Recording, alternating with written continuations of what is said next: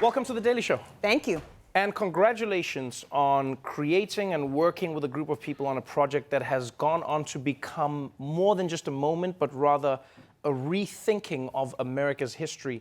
Let's start with the why behind this. I mean, history seems like it has been written. So why try and write it again? Well, history has been written, but it's been written to tell us a certain story.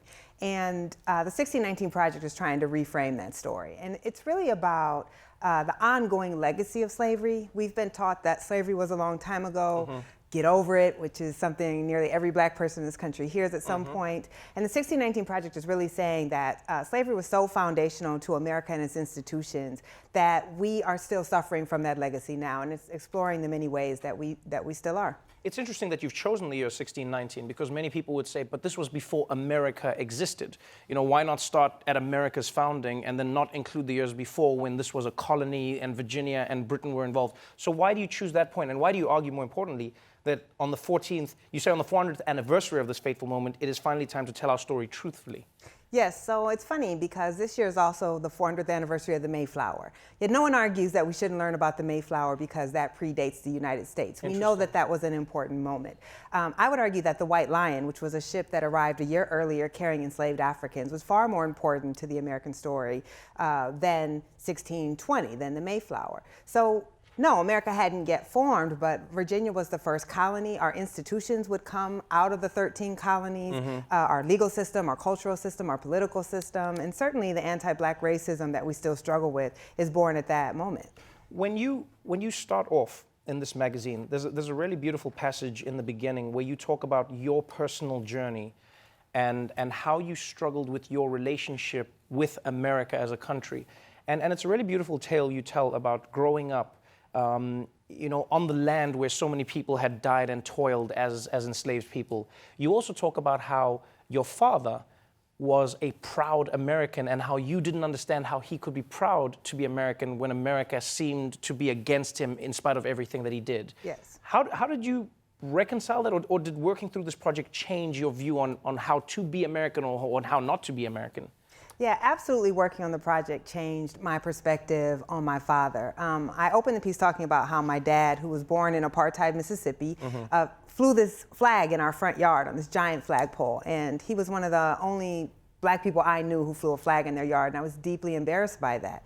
But as I started researching for this project, and my essay is really about how black Americans have had this pivotal role of actually turning the United States into a democracy, I got that he understood something that I didn't, that no one has a right to take away our citizenship and our rights to think of ourselves as American, because so much of what black people have done is what has built this very country that we get to live in today. And what do you mean specifically when you say that? Because that was an idea that I don't think I had fully thought about before I read this magazine, was the concept that America's foundation was a lie, in that it was a group of promises that weren't fulfilled, you know, to both people of color and to women in many respects. And what you argue in this magazine is that black people basically had the job of making it a truth. What did you mean by that? Absolutely. So when Thomas Jefferson writes those famous English words, we hold these truths to be self-evident, that all men are created equal. He owns 130 human beings at that time, including some of his own family members. And he understands that 1/5 of the population will enjoy none of those rights and liberties. So we are founded on a hypocrisy, on a paradox. But black people read those words and said, oh, we're going to believe that these words are true and apply to us, and fight. Again and again, we see them fighting at the revolution. The first person to die for this country was a black man named Crispus Attucks, who wasn't free. We see that happening with the abolitionist movement, largely led by black Americans. We see that happening at the Civil War with the Reconstruction Amendments. And of course, the Civil Rights Movement, which brings the franchise to large segments of America for the first time. Right. So we said we were founded as a democratic republic, but most Americans could not vote at the time of the Constitution. But thanks largely to black resistance and freedom struggles, we are as close to a multiracial democracy as we've ever been. It's a really beautiful story in that it's told not through the lens of anger, but rather through the lens of collecting stories. You know, it's the facts. I feel it's a little stories. angry. A little angry? It's a little, oh, it doesn't feel like okay, anger good. so much as it feels like a truth. Yeah. You know?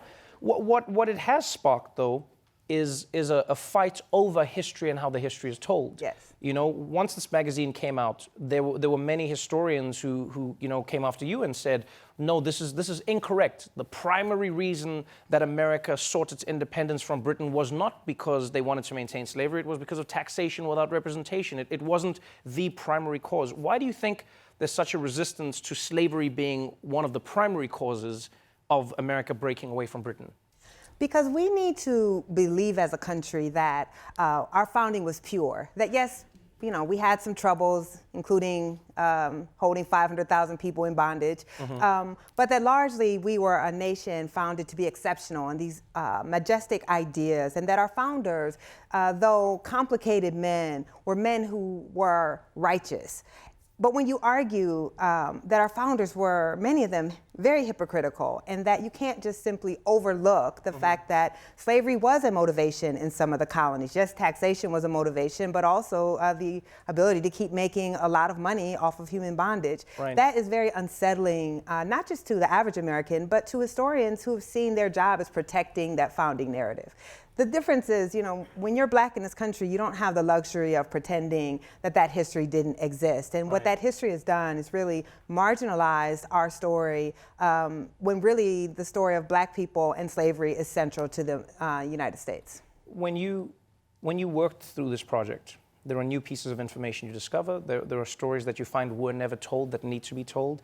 And I know you can't write about everything, but I was interested in whether or not you would think that other countries who are involved in slavery get off easier than the United States, because the one thing they did differently to America as we know it is that they sort of outsourced slavery. You know, if you think about whether it was the Americas or Spain or many of these other colonial nations, their slaves were in the countries, and then they left those countries and were like, we're done with slavery, but they also don't have to deal with the people they enslaved, whereas America has an interesting relationship where you have to deal with the people because they're still here. So not to feel sorry for America, but do you think there's also a reckoning that should happen in this way in Europe maybe? Oh, for sure. All the colonial powers need to have a reckoning, and reckoning also needs to happen on the continent of Africa. But I think the fundamental difference, there's two. Yes, slavery occurred in the bounds of the country that would become America. Right. But also of those colonial powers, America is the only country that was founded on the idea of individual rights and liberties. Interesting. That was founded on the idea of God-given inalienable rights. None of those other European, I mean, these were monarchies. They weren't founded on the idea that every person had equal rights, but we were. So that hypocrisy really matters. And of course, I argue that that hypocrisy is why we have struggled so much to get over and address the issue of slavery, because it forces us to acknowledge this lie at our founding. Before you go, one of the main questions many people may have, and you see this unfortunately all too often, is people saying, why do you have to keep drudging this up? Can't we just move on? It's been 400 years now. Can't we just move on? What do you hope would be sparked by the conversations that come from a magazine that delves into slavery like this? What do you want someone who sits at home and says, they go, Nikole, I'm white and I had nothing to do with this and I don't know what you want me to do. What would you hope people take away? That's a great question. Let me just say, for the record, nobody wants to get over slavery more than black folks. It's not. It's not to our benefit, right? So the fact that our nation can't get over slavery has not benefited black people for a single day. But that's the problem. We've never dealt with the harm that was done. I'm 43 years old, and my father was born into a Mississippi where black people couldn't vote, black people couldn't use public facilities. That was all perfectly legal. We're not far removed from this past at all. And there's never been any effort to redress that harm. So what I hope that people will take from the magazine, every single story in the magazine starts with America today, and shows how these things about American life that you think are unrelated to slavery actually are. And I hope by confronting that truth, maybe we can finally start to repair the harm that was done, and then finally start to live up to be the country of our ideals. It's a fantastic job, fantastic magazine. Really wonderful having you on the show. Thank you so much. To learn more about this beautiful, amazing story, go to NewYorkTimes.com/1619. That's NYTimes.com/1619. Nikole Hannah-Jones, everybody.